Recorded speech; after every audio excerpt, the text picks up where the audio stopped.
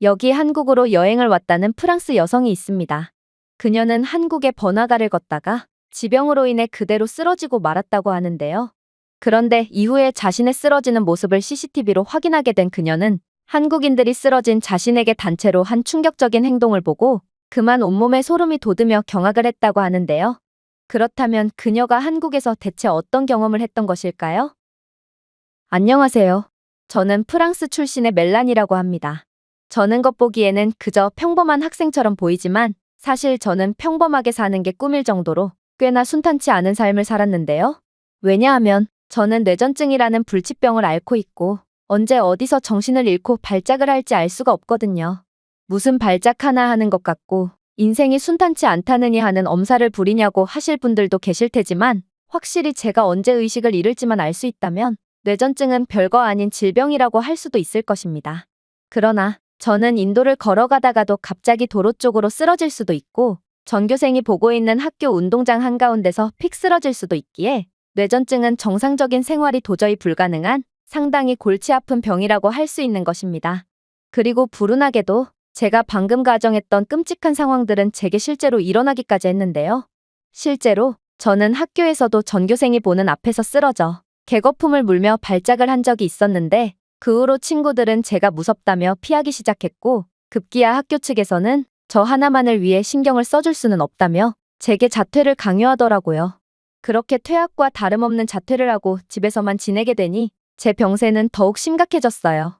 스트레스를 받으니 뇌전증의 발작 주기는 더욱 짧아졌고 언제 한 번은 외출을 하다가 쓰러지고 말았는데 제가 차도 쪽으로 굴러떨어져 차에 치일 뻔하자 부모님께서는 위험해서 안 되겠다며 아예 제게 외출 금지령까지 내리셨거든요.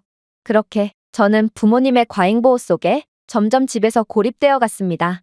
그럴수록 제 병세는 더욱 심해졌고 우울증도 심해졌기에 저는 제가 지금까지 살아있는 것 자체가 신기할 지경에 이른 상태죠. 정말로 저는 BTS가 아니었다면 진작에 저 세상으로 갔을지도 모르겠습니다. 그러나 BTS의 희망을 부르짖는 노래 덕분에 저는 도저히 답이 보이지 않는 절망적인 현실 속에서도 나날이 희망을 꿈꿀 수 있었고 그렇게 다음 앨범이 나올 때까지만 살아있자를 되새기며 지금까지 버텨올 수 있었던 것이죠. 그러다 제겐 아주 좋은 기회가 찾아왔습니다. 그건 바로 언니가 일본으로 파견을 가게 되었고 부모님께서는 언니라는 든든한 보호자가 있는 이상 저도 일본에 한번 가보는 건 어떻냐는 제안을 하셨거든요. 그도 그럴 것이 저는 최근에 정신과 상담 결과 심리 상태가 매우 위험한 상태로 나왔고 정신과 의사는 뇌전증이 약물 치료로도 호전이 되지 않고 있는 거면 심리적인 요인도 증상 악화의 이유가 될 수 있다며 조금 힘들더라도 집 밖으로 나올 것을 제안했거든요. 그렇게 저는 난생 처음으로 해외여행을 가게 되었고 이번 일본행을 통해 뇌전증 치료에 도전해보게 되었습니다. 그리고 정말로 저는 일본에 도착하자마자 병세가 완전히 나은 것 같다는 느낌이 들었는데요. 오랜만에 느껴보는 상쾌함과 설렘 때문인지 저는 뇌전증 증상이 다시 찾아올 거라는 생각 자체가 안 들었거든요. 그래서 저는 무리수를 더 벌였습니다. 그건 바로 언니가 직장에서 집으로 돌아오는 오후 시간까지 기다려야 했는데 그저 보호자 없이 혼자 외출을 해버린 거였죠. 이건 어디서 어떻게 쓰러질지 모르는 뇌전증 환자인 제게 매우 위험한 행동이었지만 정말로 저는 일본에서만큼은 아무 일도 생기지 않을 거라고 너무나도 확신을 한 상태였어요. 그리고 정말로 처음 몇 분은 정말 오랜만에 느끼는 상쾌함과 자유로움의 눈물까지 났죠. 그러나 큰 길가에 돌입하게 되자 상황은 완전히 달라졌습니다. 수많은 자동차들과 사람들이 지나다니는 큰 길가에서 저는 이 모든 차량들과 사람들이 저를 둘러싸고 있다는 느낌이 들었고 결국 왠지 모를 답답함과 불안감이 찾아오며 시야가 어두워졌거든요. 그렇습니다. 저는 낯선 타지에서 도움을 줄 사람도 없이 쓰러져 발작을 하고 만 것입니다. 그리고 눈을 떴을 때 저는 역시나 길바닥에 내동댕이 쳐 있었고 저는 제가 또 발작을 일으켰구나 싶어 흐리멍덩한 정신을 붙잡고 빠르게 언니 집으로 돌아올 뿐이었죠.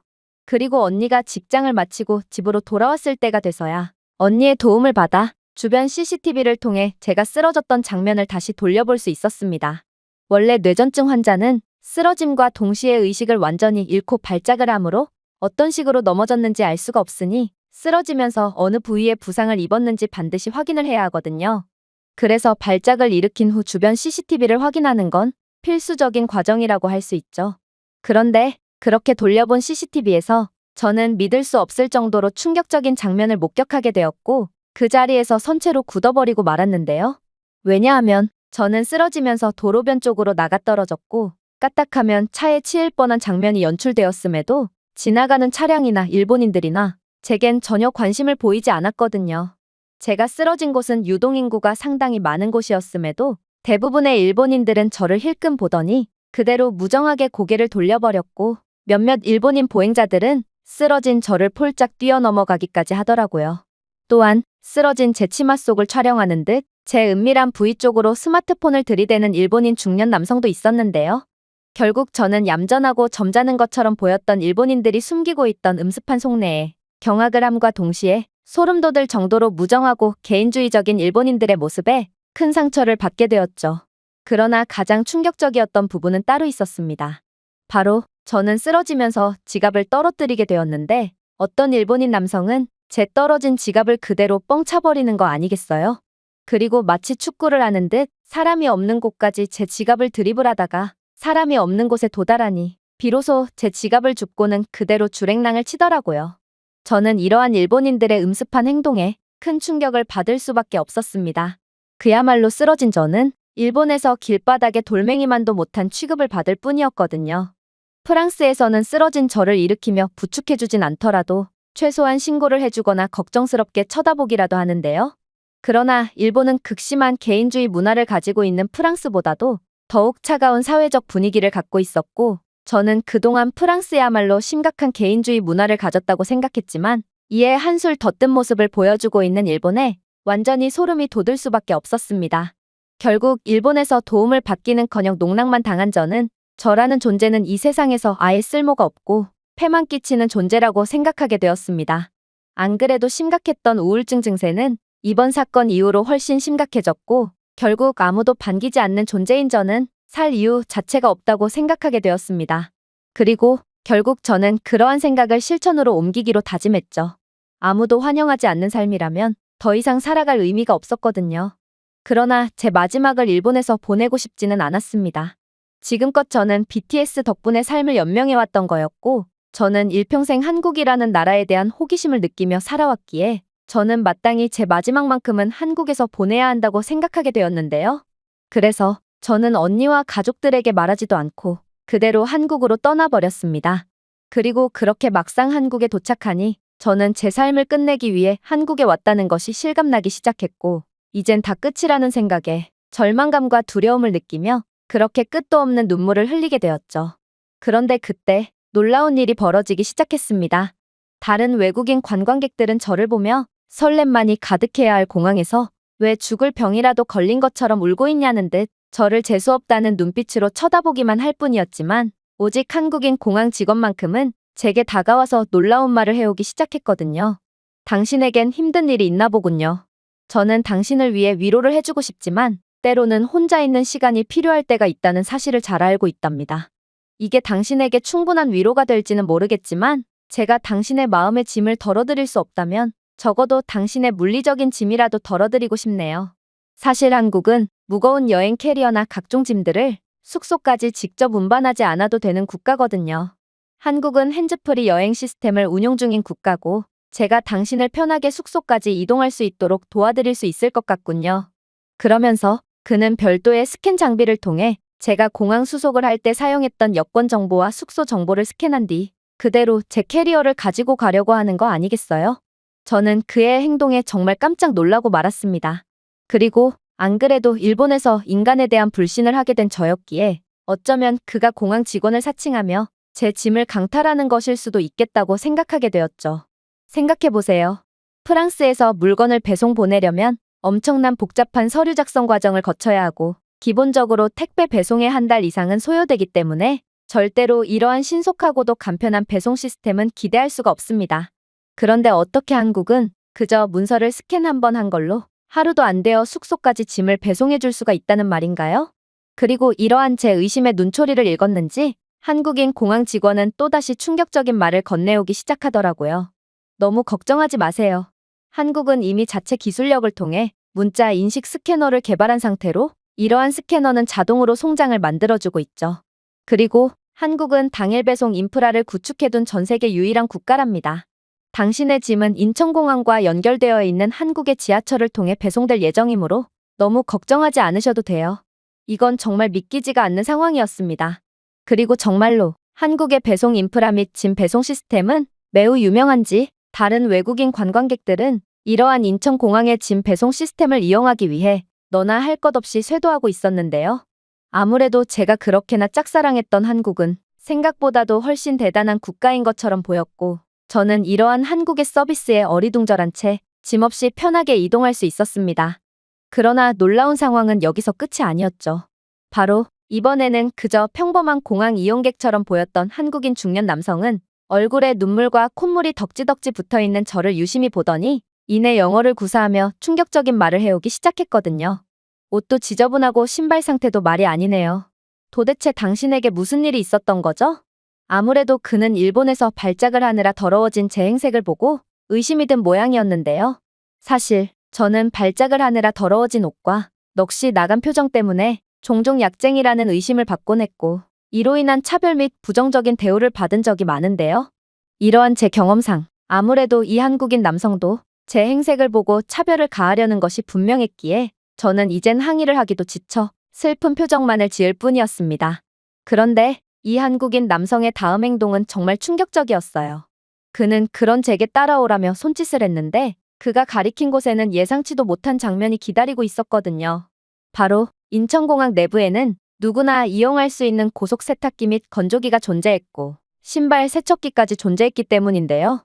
특히나 이곳 세탁방은 장거리 비행으로 인해 옷에 채취가 배거나 더러워진 사람들을 위해 만들어졌는지 옷을 세탁하는 동안 잠시 동안 입을 여분의 옷과 탈의실까지 구비되어 있었기에 저는 이러한 완벽한 한국 공항의 모습에 완전히 혀를 내두를 수밖에 없었습니다.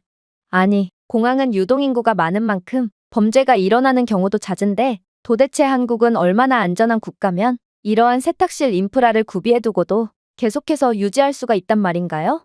프랑스에서는 세탁실이 생김과 동시에 전문 터리범들이 들이닥쳐 모든 세탁기를 훔쳐가는 일이 너무나도 잦고 결국 사설 세탁실 따위는 찾아볼 수 없게 된 지 오래인데 한국은 그러한 프랑스를 완전히 개발도상국으로 만들 만큼 놀라운 치안 인프라를 가진 국가였던 것입니다. 물론 생전 처음 보는 외국인을 위해 자신의 시간을 기꺼이 투자해주면서까지 도움을 주는 한국인의 호의적인 모습도 놀라웠죠.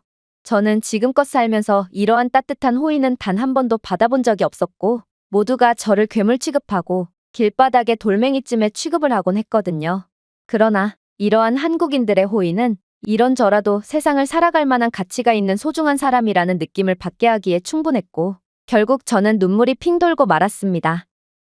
한국에서는 도움이 필요한 사람들에게 도움을 제공하는 것은 너무나도 당연한 문화인지 한국인 아저씨는 제게 도움을 베풀어주고도 제가 감사 인사를 전하기도 전에 그대로 사라져버렸기에 저는 한국은 정말로 특별하고도 재미있는 국가구나 싶어 울면서 웃어버리는 기이한 반응을 보여버렸습니다. 아무튼 그렇게 저는 인천공항의 세탁 인프라 덕분에 꽤나 깔끔한 차림을 하고 새로운 기분으로 다시금 여정을 시작했어요. 그런데 그렇게 공항 출구 쪽에 다 와갔을 때 웬 외국인들이 한 장소에 모여있는 거 아니겠어요? 저는 도대체 이들이 왜 모여있는 건가 싶어 호기심에 사람들이 모여있는 틈을 비집고 들어가 봤는데 그곳에서 업무를 하던 한국인 직원은 그 많고 많은 사람들 중에서도 오직 저를 유심히 쳐다보며 이내 놀라운 말을 건네오기 시작하더군요. 현재 인천공항에서는 스마트워치 대여 시범 사업을 벌이고 있습니다. 이 스마트워치는 GPS 및 건강 상태를 추적하는 기능이 있고 미아 문제나 돌발적인 건강 문제에 대비하기 위해 아이와 함께 입국한 분들이나 건강상의 문제가 있는 고령의 여행객들에게 무료로 대여해주고 있죠. 물론 이 스마트워치는 태그 결제 기능까지 존재하기에 이것만 있으면 현금이나 카드를 꺼낼 필요가 없이 손쉽게 결제를 마칠 수 있기도 하죠. 그런데 아무래도 당신은 이 스마트워치가 꼭 필요해 보이네요. 혹시 스마트워치 대여를 원하시나요? 물론 저는 한국 공항에 도착하자마자 여러 눈물나게 고마운 상황들을 겪긴 했으나 일평생을 차별과 무관심, 냉대 속에 살아온 저로서는 몸이 불편한 사람들에게나 지급하는 스마트워치를 저를 콕 집어서 대여해준다고 하는 이러한 상황에 괜히 찔릴 수밖에 없었습니다. 특히나 일본에서의 경험은 정말 죽어도 잊지 못할 정도로 충격적이었기에 저는 괜히 피해의식에 사로잡혀 이 한국인 직원이 저를 차별하기 위해 이러는 건가 싶어 난데없는 시비를 걸 뿐이었죠. 도대체 제가 장애가 있다는 것은 어떻게 안 거죠? 당신도 일본인들처럼 스마트워치로 몸이 불편한 사람을 낙인이라도 찍어서 관리하려고 그러는 건가요? 그리고 한국이 돈이 남아도는 국가도 아니고 이러한 사업을 무료로 운영할 리도 없어요. 도대체 제게 얼마의 돈을 대여비 명목으로 뜯어먹으려고 그러는 거죠? 솔직히 저는 삶에 대한 미련이 전혀 없는 상태기도 했고 그간 제가 뇌전증을 앓고 있는 것을 들켜서 좋은 일이 일어난 적도 단 한 번도 없었기에 이렇게 날카롭게 반응을 할 수밖에 없었는데요. 그러나 한편으로는 이렇게 모진 말을 내뱉으면서도 말에 너무 날이 서 있지 않았나 싶어 마음이 편치 않기도 했습니다. 그런데 이러한 혼란스러운 감정도 잠시 공항 직원은 이내 충격적인 대답을 해오는 거 아니겠어요? 당신에게 상처를 주려는 의도는 아니었지만 그렇게 느끼셨다면 죄송합니다. 일단 이 스마트워치 대여는 무료이며 보증금도 전혀 지불할 필요가 없답니다. 보증을 받지 않으면 이러한 고가의 스마트워치는 죄다 누군가가 훔쳐갈 게 분명하다고요? 글쎄요. 저희는 스마트워치 대여 사업을 꽤나 오랫동안 진행해왔지만 스마트워치 회수율은 100%를 넘어가는 상황인걸요? 일단 한국인들은 절대로 남의 물건에 손대는 법이 없을 뿐더러 몇몇 노인분들은 스마트워치의 건강 분석 기능과 태그 결제의 편리함에 감탄하며 새롭게 스마트워치를 구매하곤 하는데 실수로 대여 제품과 함께 자신이 구매한 스마트워치까지 반납하는 경우가 있거든요. 그리고 당신은 뇌전증 환자가 아닌 건가요? 사실 제 동생도 뇌전증에 걸렸기에 저는 뇌전증에 대해 아주 잘 알고 있거든요. 뇌전증 환자는 언제 어떻게 쓰러질지 모르므로 도저히 상처가 있어선 안 될 부위에조차 이곳저곳에 상처가 존재하죠. 저는 그러한 부분을 통해 당신을 뇌전증 환자라고 짐작했던 거예요. 당신이 원하지 않는다면 스마트워치를 대여하지 않아도 돼요. 하지만 당신이 만약 정말로 뇌전증에 걸린 게 맞다면 저는 제 동생을 봐서라도 당신에게 여러 정보를 제공해주고 싶어요. 제 개인적인 호의로요. 저는 그녀의 말에 경악을 금치 못할 수밖에 없었습니다. 아니, 한국인들은 도대체 생전 처음 보는 외국인일 뿐인 제게 어째서 이렇게까지 노력을 해준다는 말인가? 저는 그녀의 따뜻한 마음에 홀린 듯 마음을 열게 되었는데요. 그러자 한국인 직원은 또다시 놀라운 반응을 보이기 시작했어요. 그렇군요. 정말 고생이 많으셨겠어요. 하지만 적어도 한국에서만큼은 언제 어디서 쓰러질지에 대해 전혀 걱정하지 않으셔도 돼요. 저는 방금 스마트워치에 당신의 지병을 입력했고 이 스마트워치는 당신의 심박수 및 기타 여러 건강 정보를 실시간으로 감지하여 당신이 쓰러지게 되면 자동으로 응급시설에 연락을 해줄 것이거든요. 물론 굳이 이 스마트워치가 아니더라도 당신은 한국에서 언제나 도움을 받을 수 있을 거예요. 한국인들은 위기 상황에 처한 남을 절대로 그냥 내버려두는 사람이 아니고 당신이 쓰러짐과 동시에 모두가 당신을 도와줄 거거든요. 제 동생만 봐도 그래요. 제 동생은 중증 뇌전증 환자지만 발작의 상황마다 다른 한국인들이 늘 도와주기에 거의 일반인과 다름없이 생활하고 있거든요. 물론 동생은 장애인이지만 장애인 고용 사업을 통해 일자리까지 얻어 자신의 용돈은 자신이 벌어서 생활하고 있기도 하죠. 한국에서 당신은 한 명의 가족과 다름없고 우리는 가족인 당신을 절대로 혼자 내버려두지 않을 거예요.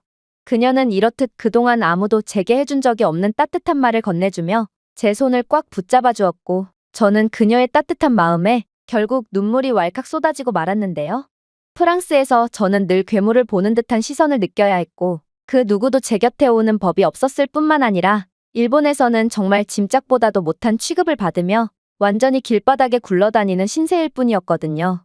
그런데 오직 한국인들만큼은 저를 한 명의 인간이자 또 사랑받을 가치가 충분한 소중한 존재로 인식해 주었고 결국 저는 살면서 처음으로 보는 편견이 전혀 없는 눈빛을 느끼며 완전히 무장해제되었던 것입니다.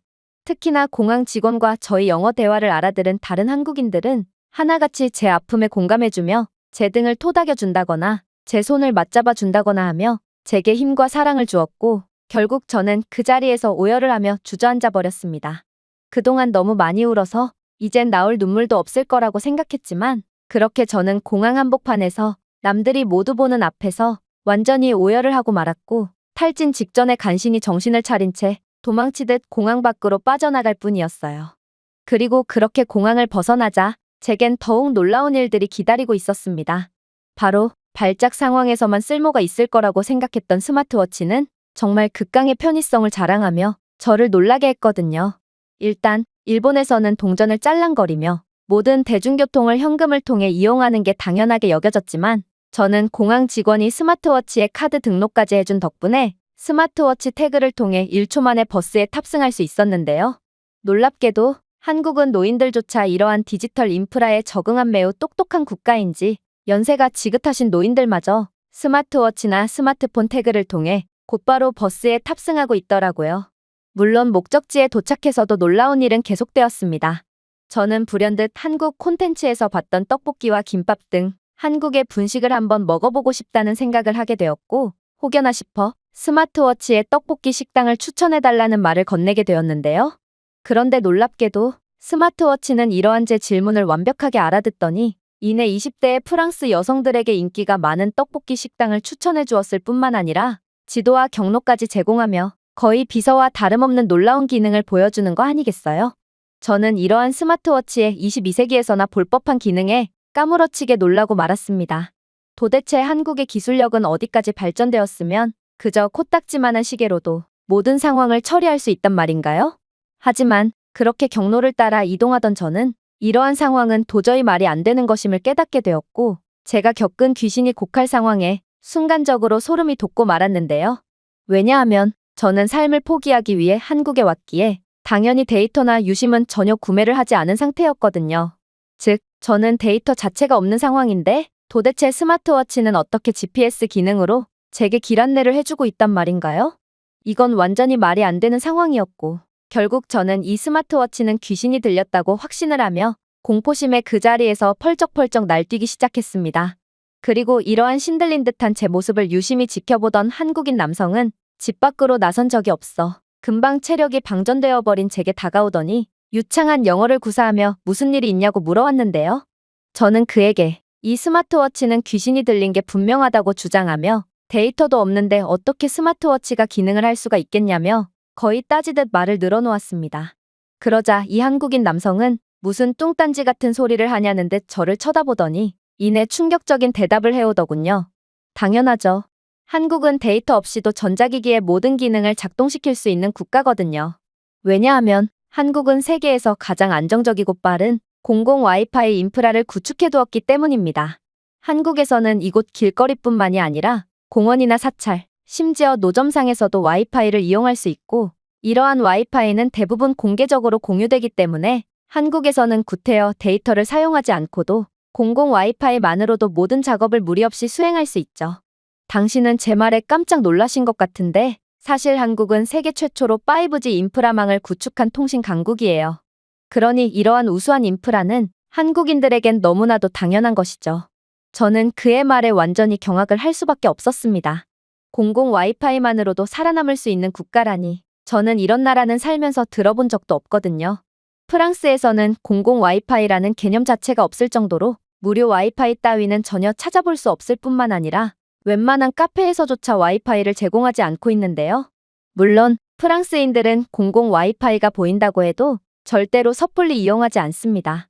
그 와이파이는 해킹 와이파이일 가능성도 배제할 수 없거든요. 그러나 한국은 그러한 해킹 문제까지 완벽하게 해결한 통신 강국인 모양이었고 저는 모든 면에서 한국에 압도적으로 뒤지는 프랑스의 모습에 뭔가 제가 한국을 좋아하게 되었다는 데에 자부심이 마저 느끼게 되었죠. 그렇게 저는 그렇게나 소망했던 분식집까지 들리게 되었고 한국에서 계속해서 뜻하지 않은 도움을 받은 상황에 뭔가 저도 할 수 있다는 자신감을 얻게 되었는데요. 한국인들, 그리고 한국의 놀라운 인프라는 어떠한 위기의 상황에서도 제게 도움을 주었고 덕분에 저는 어쩌면 한국이라면 마치 공항 직원의 뇌전증에 걸린 동생이 거의 정상인처럼 인생을 살고 있는 것처럼 저 또한 정상인이 될 수 있을 거라는 희망을 갖게 되었거든요. 그리고 그렇게 치솟은 자신감은 이내 저를 더욱 과감한 행동으로까지 이끌었죠.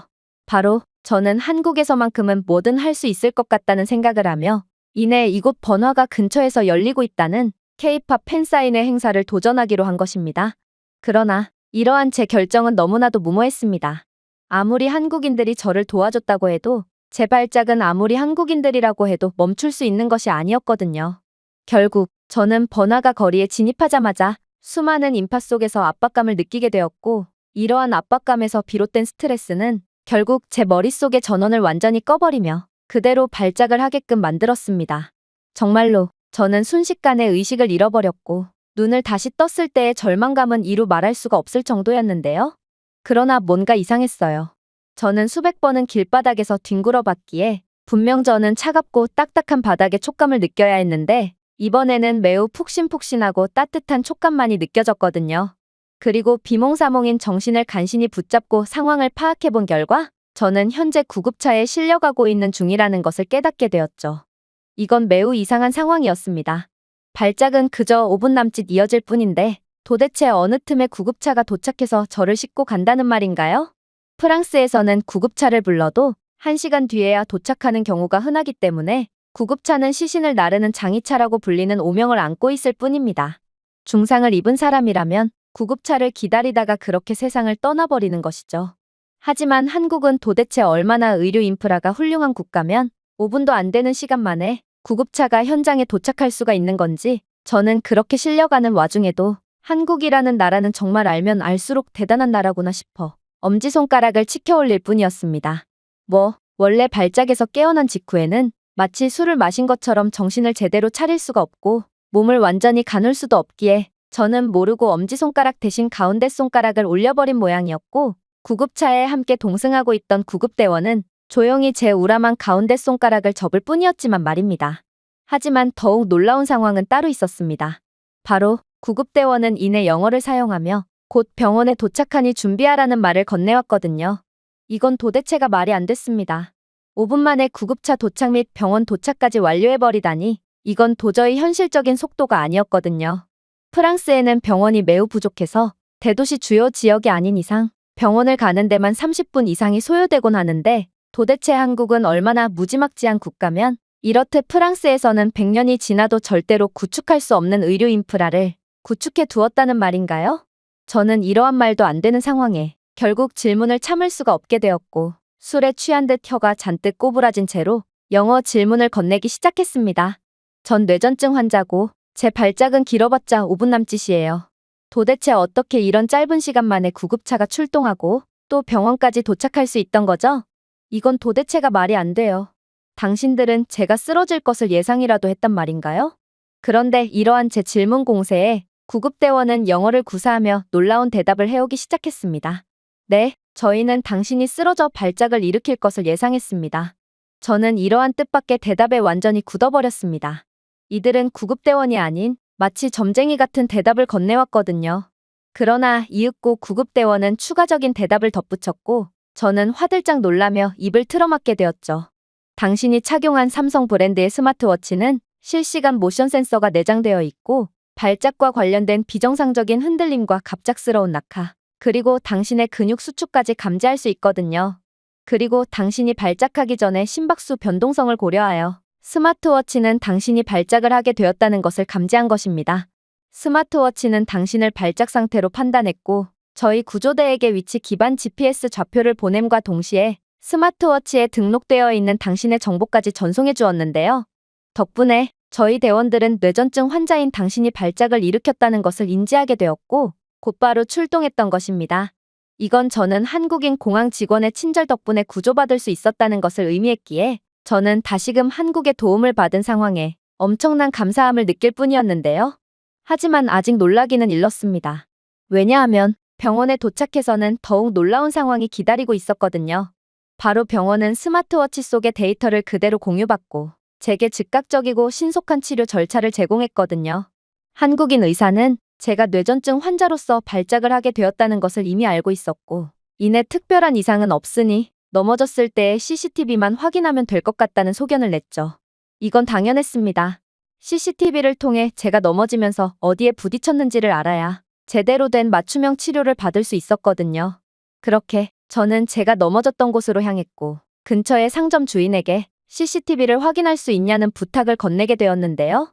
역시나 한국인 상점 주인은 너무나도 흔쾌히 CCTV를 확인시켜 주었고 그렇게 CCTV를 확인하게 된 저는 CCTV 속에 포착된 말도 안 되는 장면을 보자마자 완전히 까무러칠 수밖에 없었습니다. 왜냐하면 한국인들은 제가 쓰러짐과 동시에 조금의 고민도 없이 자리를 박차고 나서 저를 향해 달려오기 시작했거든요. 일단 저와 가장 가까이 있으며 모든 상황을 직접 지켜보고 있던 젊은 남성은 쓰러진 제가 차고 있던 벨트를 풀기 시작했는데요. 그 이후로도 다른 한국인들이 달려와서 인공호흡을 하려고 하거나 생수를 가지고 온다거나 하며 저를 도와주려고 했지만 이 젊은 남성은 침착하게 사람들을 통솔할 뿐이었습니다. 아무래도 그는 제 스마트워치가 알람을 울리며 제가 뇌전증 환자라고 알려주자 제가 뇌전증으로 인해 발작을 하고 있는 것임을 인지한 모양이었는데요. 원래 뇌전증 환자에겐 무리한 조치나 흔들어 깨우는 것은 딱히 의미가 없고 호흡이 편하도록 허리띠 등의 몸을 조이고 있는 것들만 벗겨주는 게 가장 적합한 조치거든요. 물론 다른 한국인들의 행동도 놀라웠어요. 그곳에는 식당과 카페 등의 가게들이 즐비해 있었음에도 가게에서 생업을 이어나가던 직원들은 제가 쓰러지자 즉시 영업을 중단하고 저를 위해 뛰쳐나왔거든요. 그들은 기꺼이 자신들의 재킷을 벗으며 쓰러진 제 몸을 가려주었고 몇몇은 그 즉시 스마트폰으로 어디론가 연락을 취하는 것을 보아 한국인들은 저를 위해 즉각적으로 구급차를 불러주는 모양이었습니다.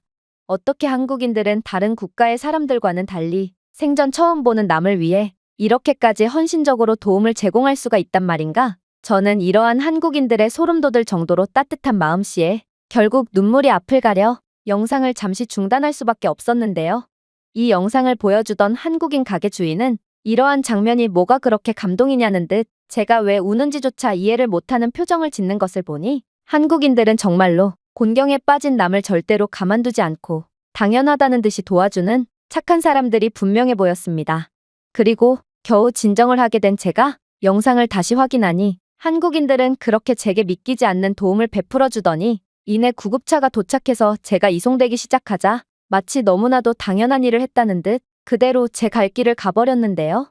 저는 이러한 한국인들의 모습에 이런 사람들과 함께 사는 삶은 대체 어떤 삶일까 싶어 진심으로 한국에서 살고 싶다는 생각을 안 할 수가 없었습니다. 그러면서 저는 이러한 상황의 또 다른 비밀을 알게 되었고 이젠 한국에 놀라기도 지쳐 그저 먼 산을 바라볼 뿐이었죠. 바로 이곳 근처에 설치되어 있는 AI CCTV는 쓰러져서 발작을 하며 몇 분간이나 일어나지 못하는 제 비정상적인 행동을 이미 감지한 상태였고 이미 당국에 알림을 보낸 상태라고 했는데요. 그래서 담당 부서는 그 즉시 상황을 파악하고 구조대에게 연락을 취했지만 구조대는 이미 스마트워치의 알림을 통해 진작에 출동했던 터라 이 연락은 아무래도 상관이 없던 상황이었죠. 즉, 저는 쓰러지자마자 구조대에 3번이나 연락이 갔던 것이었고 저는 이러한 삶 중의 인프라를 통해 제게 기적과도 같은 구원을 선사해준 한국의 모습에 감격을 할 뿐이었습니다. 일본은 말할 것도 없고 프랑스는 2중 3중은커녕 저를 도와줄 수 있는 인프라가 단 하나도 없는 상황이거든요. 그래서 만약 쓰러진다면 재수가 없으면 그대로 목숨을 잃을 수밖에 없죠. 그러나 한국은 이런저라도 계속해서 살아갈 기회를 주는 국가였고 저는 이러한 한국의 도움 덕분에 저도 사랑을 받기에 충분한 존재라는 것을 인식하게 되었습니다. 결국 저는 프랑스로 다시 돌아가지 않기로 결정했고 한국에서 눌러 살기로 결정하게 되는데요. 그리고 정말로 한국인들은 제가 준 것 이상으로 사랑을 주는 사람들이었기에 저는 지금껏 느껴보지 못한 자유로움과 행복함을 느끼며 한국에서의 삶을 계속해서 이어나가고 있습니다. 놀랍게도 저는 현재 한국에서 살면서 뇌전증 발작 증상이 단 한 번도 재발한 적이 없는데요. 아무래도 한국의 의료 인프라는 매우 선진적이기도 했고 뇌전증 치료에는 심적인 요인이 매우 중요하게 작용하기도 하기에 저는 한국에서 스트레스가 전혀 없이 살다 보니 병이 저절로 호전된 모양이었어요. 정말로 한국인 의사 말로는 이대로 6개월 동안만 발작을 하지 않는다면 사실상 제 뇌전증은 완치와 다름이 없다는 말씀까지 건네셨기에 저는 희망을 가지며 한국에서의 삶을 이어나가고 있습니다. 프랑스에서는 무슨 짓을 해도 절대로 낫지 않았던 저를 평생을 괴롭혔던 뇌전증이 한국에서 살게 되자마자 차도를 보였다는 건 한국인들이야말로 진정한 의사라는 소리와 다름이 없었는데요. 한국인들은 어떠한 과학이나 약보다 훨씬 더 값진 존재였던 거였고 저는 제게 새로운 삶을 준 한국에 늘 감사하며 평생 동안 한국에서 살기로 결정했습니다. 지금의 한국의 성공은 전부 거품일 뿐이다. 그리고 거품으로 쌓아 올린 지금의 한국 경제는 3년 내로 완전히 다시금 물거품으로 돌아갈 것이다. 여기 유럽 전역에서 한국이라는 나라 자체가 거품이라고 주장하며 선동을 이어나가는 중국 전문가가 있습니다. 그러나 이러한 중국의 세뇌가 먹혀들어가나 싶던 그때 프랑스 공영방송에서 한국 관련 충격적인 영상이 송출되면서 상황은 완전히 역전되고 말았다고 하는데요. 그렇다면 프랑스 공영방송에서는 대체 어떤 한국 영상이 송출되었던 것일까요? 안녕하세요. 저는 프랑스 출신의 밀렌이라고 합니다. 저는 현재 대학교 진학을 앞두고 있는 학생으로 현재 대학교 문제 때문에 부모님과 상당한 마찰을 빚고 있는 상황인데요. 왜냐하면 프랑스 최고의 기술 기업에서 수석 연구원으로 재직 중이신 아빠가 자꾸만 저를 한국으로 유학 보내려고 했기 때문입니다.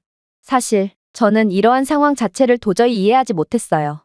프랑스는 무기, 원자력, 기차 등 다방면에서 최고의 기술력을 가지고 있는 전통적인 선진국인데 이런 나라를 놔두고 한국으로 가는 것은 제정신이 아닌 선택이 분명해 보였거든요.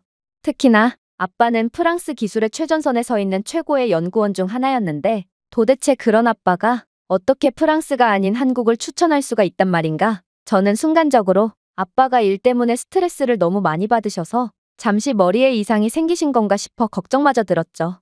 그러나 아빠는 진심이셨어요.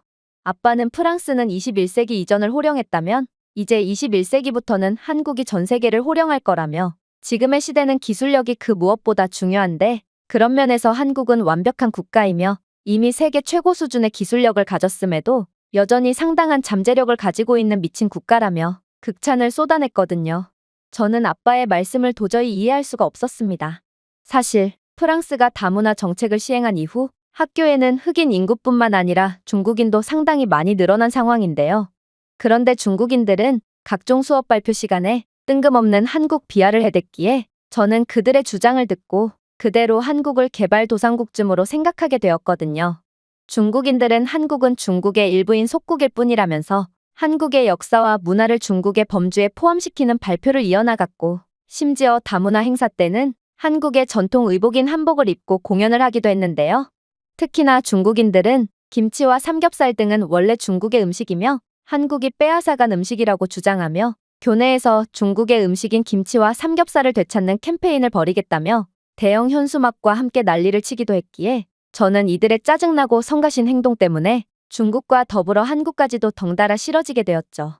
그런데 이러한 상황에서 프랑스 기술을 책임지고 있다고 봐도 과언이 아닌 아빠가 한국은 프랑스보다 뛰어난 국가라는 말을 해오다니 이건 도대체가 납득이 가지 않는 상황이었습니다.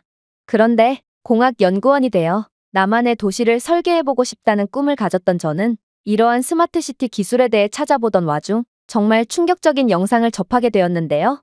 그건 바로 최근에 있었던 호주의 스마트시티 인프라 구축 국가수주 경쟁에서 프랑스가 최종 단계까지 갔지만 결국 한국에 패해 막대한 수익을 눈앞에서 놓치고 말았다는 영상이었습니다. 이건 정말 말이 안 되는 상황이었어요. 스마트시티는 그야말로 모든 기술 분야가 종합된 영역으로 한국이 프랑스보다 뛰어난 스마트시티 기술을 갖고 있다는 건 결국 한국은 모든 기술 분야에서 프랑스를 압도하고 있다는 말과 같았기에 저는 심장이 멎을 것 같은 충격을 받을 수밖에 없었던 것이죠. 그리고 이 분야의 진로를 꿈꾸고 있던 저로서는 중국의 뒷공문이나 졸졸 따르는 한국 같은 국가에 패배했다는 것이 도저히 납득이 안 갔습니다. 그런데 때마침 프랑스 공영방송에서는 이러한 충격적인 프랑스의 패배 소식을 분석해주고 있었고 저는 이 방송을 홀린 듯 시청하게 되었는데요.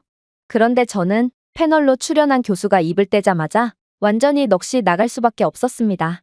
많은 분들이 아시다시피 최근 호주에서 프랑스의 꿈과 희망이라고 여겨지던 초대형 국가수주 경쟁 입찰이 있었습니다. 호주는 전통적인 인프라에 대한 강력한 전문 지식을 가지고 있지만 첨단 AI 기반 스마트 시티 기술이 부족하고 AI 기반 자동화를 도시 전체 인프라에 통합하는데 전문성을 갖춘 호주 기업도 존재하지 않는다는 한계점을 가지고 있었는데요. 그래서 호주는 총 30조 원 규모의 초대형 스마트 시티 구축 수주를 내걸었습니다. 그리고 많은 전문가들은 프랑스의 낙승을 점쳤죠. 사실 이건 너무나도 당연한 예측이었습니다. 프랑스의 빈치 건설과 탈레스 그룹은 이미 호주에서 여러 주요 프로젝트를 완료하여 신뢰할 수 있는 명성을 얻은 상태였고 여러 프랑스 기업들은 호주에서 다양한 중요한 인프라를 구축하고 관리한 경험이 있거든요. 알스톰사는 시드니 경전철을 완성시켰고 탈레스사는 호주 브리즈번의 철도 관제 시스템을 설계했죠. 빈치건설 또한 시드니 공항 확장에 도움을 준 적이 있었기에 당연히 호주와 좋은 관계를 맺고 있는 프랑스는 이번에도 무난히 수주 경쟁에서 승리할 것처럼 보였습니다. 하지만 결론적으로 프랑스는 한국에 그야말로 완패를 했고 30조 원이라는 막대한 이익을 고스란히 한국에 빼앗김과 동시에 계속해서 추락하기만 하던 프랑스는 마지막 반등 기회마저 놓친 채 한국 기술력에 완전히 먹혀버리고 많은 결과를 초래했습니다. 사실 한국이 이번 경쟁에서 프랑스를 압도하며 이긴 이유는 간단했습니다.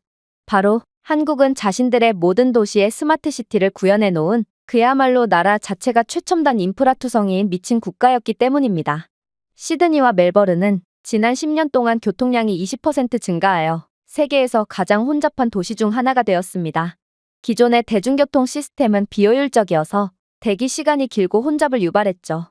그러나 한국은 급격한 성장을 이룬 국가로 이런 호주보다도 훨씬 더 빠른 도시의 성장을 겪으며 10년 동안 교통량이 2배나 증가한 기간도 있습니다. 하지만 지금의 한국은 교통량 대비 혼잡도가 세계에서 가장 낮은 미스터리한 모습을 자랑하고 있죠. 그렇다면 한국은 어떻게 자신들의 한계를 완벽하게 극복하고 다른 국가들에서는 천문학적인 금액을 쏟아부어도 절대로 개선할 수 없었던 혼잡도 문제를 완전히 개선할 수 있었을까요? 그건 바로 한국이 이번 호주의 스마트시티 인프라 구축에 내놓은 기술을 보면 알 수 있습니다. 한국은 AI에 최적화된 완전한 대중교통 시스템을 도입했고, 이는 AI 기반 교통관리를 통해 대중교통 이용객들이 많은 시간대를 중심으로 유동적으로 스케줄 조정이 가능하게 만들어 주었을 뿐만 아니라 실시간 교통 데이터를 사용하여 중장거리 버스의 경우 사고나 출퇴근 시간대 등의 이유로 혼잡해진 도로를 우회해서 더욱 빠르게 목적지에 도착할 수 있도록 보장했는데요. 또한 한국은 이미 실시간 혼잡도에 따라 조정되는 스마트 신호등을 개발하여 전국에 상용화해 놓은 국가로 AI 시스템이 도로 혼잡도를 자동으로 파악하고 보행자와 차량 사이의 최적의 신호 주기를 계산하여 극한 수준으로 혼잡도를 줄이는 마치 미래에서 볼 법한 기술을 진작에 사용하고 있던 놀라운 국가입니다.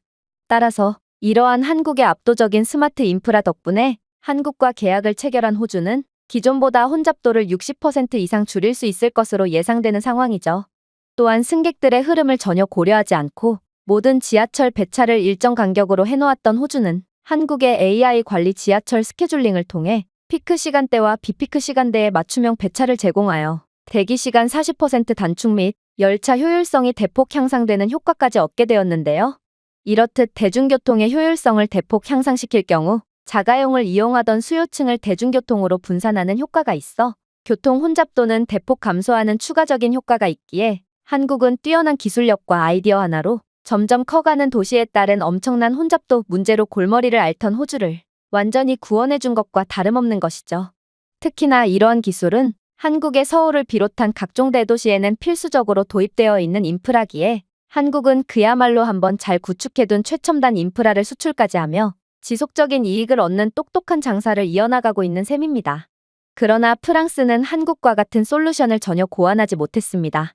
프랑스가 고안한 스마트시티 디자인에는 한국과 같은 AI 기반 교통 모니터링이나 실시간 조정이 포함되지 않았을 뿐더러 도시 교통 제한에는 그저 한국과 같은 AI 기반 시스템이 아닌 인간이 통제하는 지하철과 버스 시스템에만 의존하고 있을 뿐이거든요. 그렇다면 프랑스는 왜 한국처럼 하지 못했을까요? 사실 그 이유는 너무나도 명확합니다. 프랑스는 과거 성공에만 안주하여 혁신은 없고 신기술에 매우 보수적인 태도만을 보일 뿐이거든요. 이러한 프랑스의 쇠퇴는 우리들의 도시만 봐도 알 수 있습니다. 파리, 리옹 등 프랑스는 멋진 도시들이 많지만 이 도시들에서 최첨단 인프라를 보기란 불가능합니다. 그저 고풍스러움으로 포장한 낡아빠진 모습만을 보여주는 것이 다일 뿐이죠. 정작 프랑스 도시에는 스마트 시티는커녕 수십 년 전의 낡은 모습만이 가득한데 도대체 어떻게 이런 프랑스가 남의 나라에 스마트 시티를 구현해주겠어요? 그러나 한국에겐 이 모든 것이 식은 죽 먹기였습니다. 한국은 세계에서 인구 및 차량 수 대비 가장 혼잡도가 낮은 그야말로 놀랍도록 진보된 도시들을 갖고 있고 이들은 그저 하던 대로만 하면 모든 국가들을 압도적으로 제칠 수 있거든요. 물론 한국의 저력은 여기서 끝이 아니었습니다.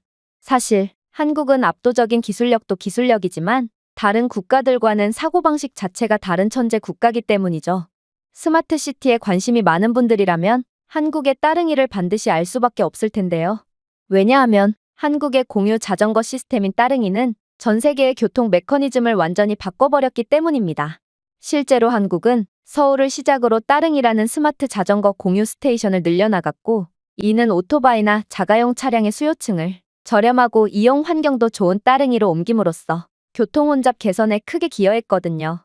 실제로 한국은 따릉이를 통해 교통 혼잡도 10%를 개선하는 웬만한 대도시에서 수십조 원은 쏟아부어야 겨우 달성할 수 있을까 말까한 말도 안 되는 성과를 거두었고, 이건 한국의 기술력이 아닌 아이디어 하나로 압도적인 성과를 이룬 것이기 때문에 더더욱 전 세계적인 주목을 받았습니다. 실제로 세계 각국에서는 이러한 한국의 공유 자전거 성공 사례를 그대로 따라하며 그야말로 한국 때문에 공유 자전거 열풍이 분 적도 있는데요. 중국처럼 시민의식이 형편없는 국가에서는 한국의 공유 자전거를 따라하다가 모든 자전거가 3일 만에 도둑 맞아버렸고, 심지어 공유 자전거 스테이션까지 뽑아가는 강탈 사건이 판을 쳤기에 중국은 엄청난 손해를 보고 공유 자전거 시스템을 전격 취소해야 했지만, 대부분의 국가들은 한국의 시스템을 그대로 따라해서 좋은 성과를 낼 수 있었죠. 이것만 봐도 한국은 세상을 움직이는 미친 국가고, 과거의 성공에만 빠져서 이러한 한국의 저력을 똑바로 보지 못하고 아직도 프랑스가 최고라고 아는 대다수의 프랑스인들은 반드시 현실을 직시하고 한국을 쫓아가기 위해 노력해야 할 것입니다. 저는 교수의 주장에 완전히 넋이 나가버리고 말았습니다. 한국이야말로 스마트시티 분야에서의 진정한 강자였고, 또 전 세계를 뒤집히게 만들 정도로 강력한 영향력을 가진 국가가 바로 한국이었다니, 저는 중국인들에게 세뇌당해왔던 그간의 세월과 아빠의 한국 찬양이 떠올라 완전히 머리가 뒤죽박죽이 되었는데요. 그러나 TV 화면 속의 교수는 제가 정신을 차릴 때까지 기다려주지 않고 또다시 믿기지가 않는 말을 해오기 시작하더군요.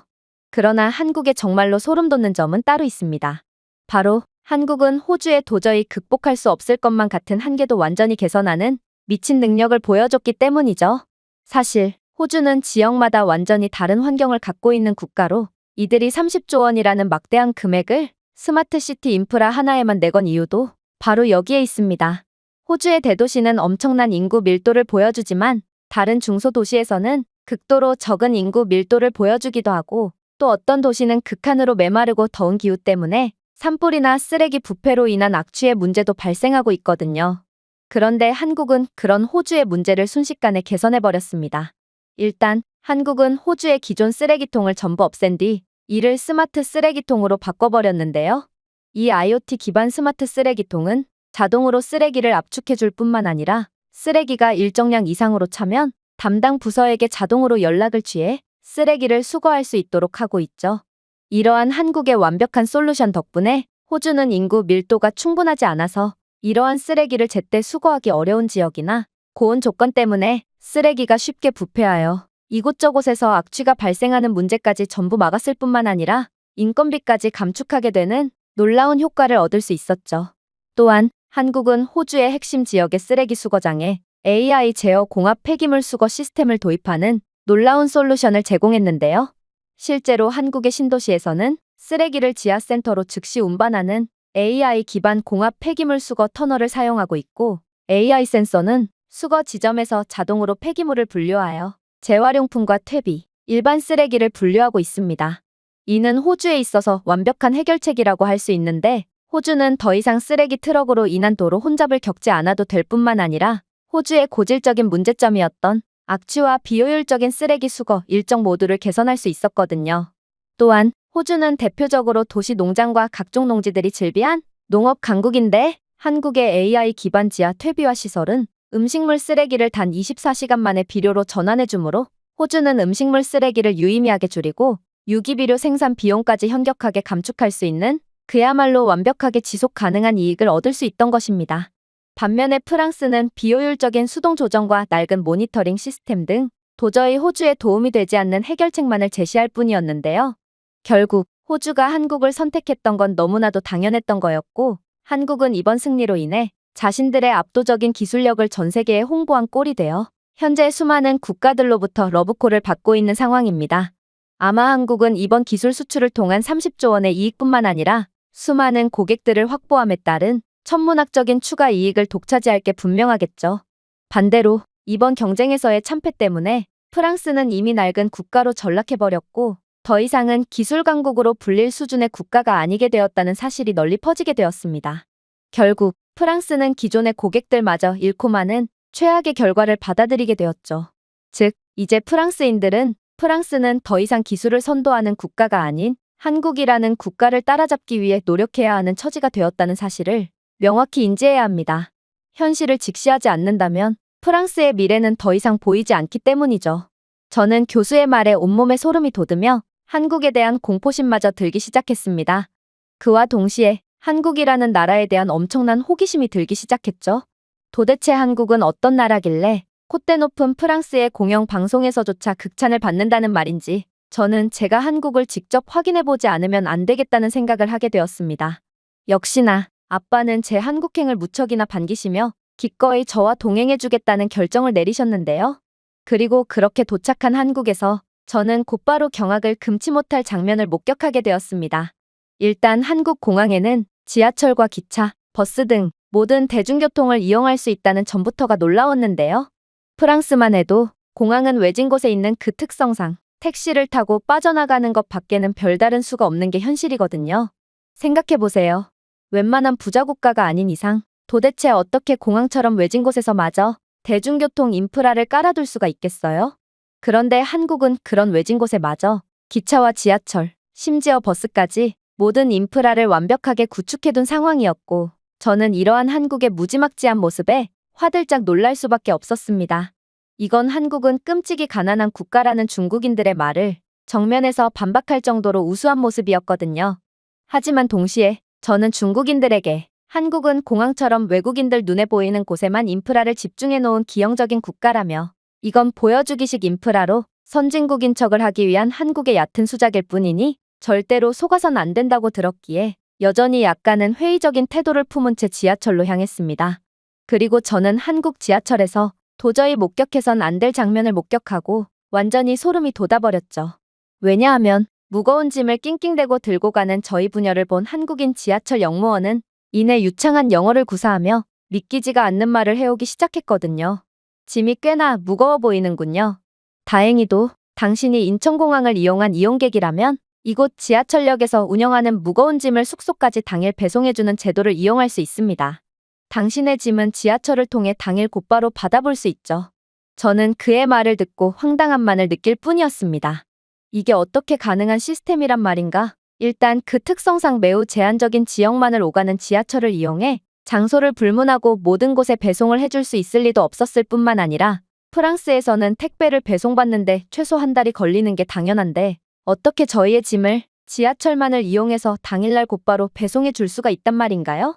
저는 이 남자가 정말로 역무원이 맞는지조차 의심스러웠는데 아무래도 그는 역무원을 사칭해서 저희의 짐을 강탈하려는 게 분명해 보였고 프랑스에서는 이러한 사칭을 통한 사기가 성행하고 있기에 저는 역시나 중국인들의 말이 옳았구나 싶어 한국에 오자마자 사기꾼을 만난 이러한 상황에 학을 뗄 뿐이었습니다. 그런데 아빠는 그에게 기꺼이 비행기 티켓과 숙소 예약증을 내미는 도저히 이해가 안 가는 행동을 하는 거 아니겠어요? 심지어 한국은 도대체 또 무슨 장비를 만들어낸 것인지 역무원을 사칭하는 남성은 별도의 스캔 기계를 통해 1초 만에 비행기 티켓의 진위 여부를 확인했고 또 이러한 티켓과 숙박 예약증의 정보를 분석하여 3초 만에 별도의 택배 송장 및 택배 예약증으로 만들어버리는 도저히 보고도 믿기지가 않는 모습을 보여주었는데요. 그러나 저는 재빨리 정신을 차리고 아빠에게 이건 사기가 분명하니 절대로 짐을 맡겨선 안 된다고 고래고래 소리를 지를 뿐이었습니다. 하지만 아빠는 그런 제게 충격적인 말을 해올 뿐이었죠. 밀렌, 진정해. 이건 사기가 아니야.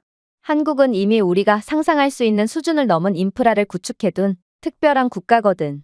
아빠의 연구팀에서는 이러한 한국의 불가사의한 인프라를 매일같이 연구할 정도로 한국은 그야말로 차원이 다른 국가지. 일단 한국의 지하철 인프라는 전 세계 최고야. 한국은 지하철 하나만으로도 수도권 어느 곳이나 이동할 수 있고 그래서 지하철만으로도 우리의 짐을 배송해 줄 수 있는 거야. 심지어 한국은 이러한 완벽한 수준의 지하철 인프라를 바탕으로 각종 택배 서비스를 결합하여 많은 이익을 보고 있는 똑똑한 국가지. 또한 우리의 짐을 배송해주는 별도의 전담 직원도 노약자나 새로운 출발을 하려고 하는 노숙인 등 일반적인 일을 하기엔 힘든 사람들이 맡고 있기에 한국은 그야말로 노동인력을 극한으로까지 효율적으로 사용하는 천재적인 국가라고 할 수 있어. 물론 프랑스에서는 택배 하나 받는데도 한 달 이상이 걸리니 밀렌 너는 당일 배송 시스템에 대해서도 도저히 이해를 못할 수도 있겠지만 다시 말하지만 한국은 상식을 초월해버린 미친 국가야. 이들에게 당일 배송이란 너무나도 당연하게 여겨지는 시스템이고 전국에 당일 배송 인프라망을 깔아둔 놀라운 국가지.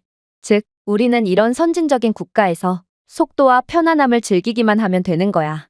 저는 아빠의 말에 완전히 얼이 빠지고 말았습니다. 도대체 어떻게 이런 나라가 존재할 수가 있단 말인가? 아무래도 한국이 프랑스를 압도하고 호주의 대형 계약을 따낸 건 그저 우연이 아닌 모양이었고, 저는 한국에 믿을 수 없을 정도로 선진적인 면모에 혀를 내두를 뿐이었어요. 그렇게 저희는 별도의 앱으로 예약한 숙소에 도착하게 되었습니다. 사실 아빠는 그렇게 비싼 숙소를 예약한 것도 아니었기에 저는 이번에야말로 진정으로 한국인들의 일반적인 삶의 모습을 엿볼 수 있을 거라고 생각했는데요. 중국인들의 주장대로 공항이야 위장을 위해 그럴듯한 인프라를 구축해 둘 수가 있다고 해도 이러한 일반적인 집에서 마저 보여주기식 인프라를 구비해두기란 불가능하기에 저는 엄청난 호기심을 느끼며 예약했던 아파트 단지로 향했습니다. 그리고 저는 이곳에 도착과 동시에 경악을 할 수밖에 없었죠. 왜냐하면 이곳은 분명 부유한 동네가 아니었고 그저 최근에 지어진 신축 아파트 단지였을 뿐임에도 이곳 아파트는 프랑스의 럭셔리 호텔보다도 훨씬 더 부유한 모습을 자랑하고 있었거든요. 일단 이곳 아파트 단지에는 부의 상징이라고 여겨지는 단지 내 수영장이 존재하고 있었는데요. 놀랍게도 한국인 아파트 주민들은 이러한 모습이 너무나도 당연하다고 생각하는지 어린아이들조차 한 손에는 방수 주머니를 들고 수영장으로 향하고 있었고, 저는 이러한 한국의 생각지도 못한 부유한 일상 모습에 깜짝 놀랄 뿐이었습니다. 물론 아파트 단지에는 헬스장과 옥상의 정원까지 존재했는데요. 특히나 옥상 정원에는 자동 관계와 AI 기반 햇빛 제어 기능이 있어 1년 내내 완벽한 녹지를 보장하고 있었고, 헬스장에는 실시간 및 조정된 운동 루틴에서 사용자의 움직임을 분석하는 개인 AI 트레이너 기능까지 갖추고 있더라고요. 한국은 워낙 기술적으로 뛰어난 국가답게 이러한 첨단 기술을 도입하는 데는 그다지 많은 비용이 들지 않는다고 했는데요. 실제로 이곳 아파트 단지의 AI 기술들은 전부 한국의 스타트 업체에서 구축한 기술이고, 한국은 워낙 기술이 상향 평준화된 국가이므로 이러한 AI 시스템을 구축하는데 그다지 많은 돈이 들지 않는다고 했습니다.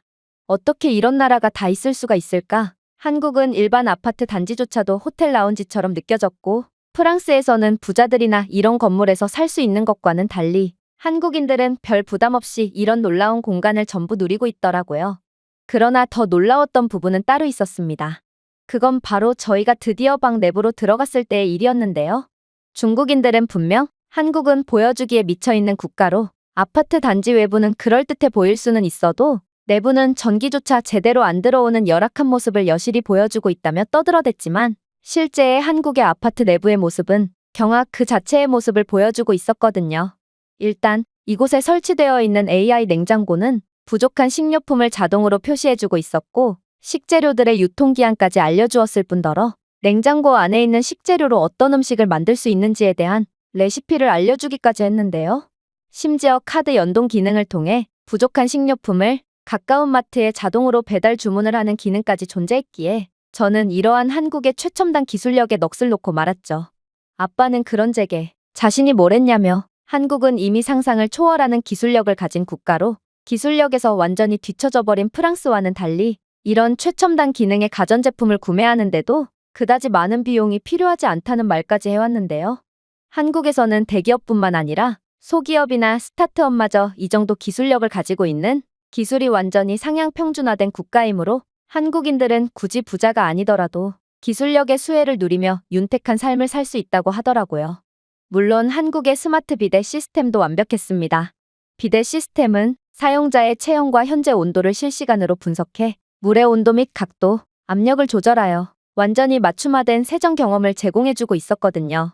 또한 비데는 완벽하게 따뜻했기에 겨울철만 되면 변기가 차가워서 변기에 앉는 순간 엉덩이와 변기가 달라붙어서 마치 결코 떨어지지 않을 것 같은 극한의 차가움을 느껴야만 하는 프랑스와는 완전히 다른 경험을 제공했죠.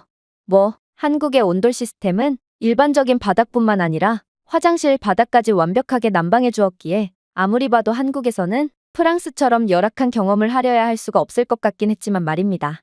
프랑스에서는 이 정도의 편안함을 가진 아파트에 사는 사람들은 천만장자나 억만장자쯤은 되어야 하지만, 한국은 타고난 기술력을 바탕으로 중산층 노동자, 교사, 그리고 사무직 직원들마저 이러한 완벽한 아파트에서 거주할 수 있다니 저는 한국인들이 부러워서 미칠 지경에 이르렀는데요. 그러면서도 한편으로는 이러한 한국의 초현대적 인프라와 럭셔리 라이프 스타일을 보면서 이 모든 것이 지속 불가능한 정부 부채를 기반으로 해야 할 것이라는 의심이 들기도 했습니다. 저는 기술에 매우 관심이 많은 학생이었고 국가가 막대한 재정 문제 없이는 이 정도 수준의 개발을 감당할 수 없을 것이라고 생각했거든요. 그러나 전문 연구원이셨던 아빠는 그런 제 의심을 완전히 박살내버리는 충격적인 말을 해오실 뿐이더라고요. 한국의 1인당 GDP, 수출, 경제 흑자는 세계에서 가장 높은 수준이야. 이런 국가에서 사는 사람들이 이 정도 인프라를 감당하지 못할 리가 없잖아? 그리고 한국은 삼성, 현대, LG와 같은 글로벌 대기업들이 모여있는 곳으로 상당한 기술 강국임과 동시에 경제 강국이지. 그러니 한국은 계속해서 세계 기술 흐름을 주도하며 앞서 나가기만 하고 있는 거야. 물론 한국의 정부 부채는 영국, 프랑스, 일본과 같은 주요 국가들에 비해 훨씬 낮을 뿐만 아니라 차입이 많은 다른 국가들과는 달리 한국의 부는 첨단 산업, 글로벌 무역, 세계적 수준의 제조업에서 비롯되고 있기에 이들의 경제 구조 또한 매우 탄탄하다고 할 수 있지. 밀렌, 아빠가 왜 너보고 한국으로 유학을 가라고 했는지 이제야 이해가 되니? 한국은 이미 서구 경제를 넘어서는 수준에서 막대한 돈을 벌고 있는 상황이고 이들이 쌓아놓은 기술력을 고려한다면 우리는 아무리 노력을 한다고 해도 최소 10년 내로 한국을 따라잡는 건 불가능한 상황이야. 현재 세계의 흐름은 한국 쪽으로 완전히 넘어간 상태며 내가 한국에서 공부할 수 있다는 말은 이러한 세계적인 대세의 흐름에 합류하여 내 노력을 100% 인정받을 수 있다는 뜻이라는 거야. 그러나 내가 프랑스에 남는다면 너는 아무리 노력해봤자 노력에 대한 제대로 된 인정을 받을 수 없겠지. 저는 아빠의 말을 듣고 완전히 정신을 차리게 되었습니다. 정말로 저는 중국인들의 세뇌에 홀랑 넘어가 완전히 잘못된 선택을 할 뻔했던 과거가 떠올라 아찔해지기까지 했는데요. 제가 직접 경험한 한국은 그야말로 세계의 판도를 주도할 완벽한 국가가 맞았고 이들이 현재 세계 기술 수주 계약을 완전히 독점하고 있는 것도 결코 우연이 아닌 실력이었던 것입니다. 현재 프랑스로 돌아온 저는 한국으로의 유학 준비가 거의 다 된 상태고 이젠 한국으로 떠날 일만 남은 상태인데요. 저는 벌써부터 한국에서의 생활에 대한 기대감만이 가득하고 이 나라가 제게 또 어떤 기적과도 같은 모습을 보여줄지 매우 기대가 되는 상태랍니다. 제가 준비해온 내용은 여기까지입니다. 끝까지 시청해주셔서 진심으로 감사드리며 여러분들의 구독과 좋아요, 알림 설정은 영상 제작에 큰 힘이 됩니다. 이상 세모튜브였습니다.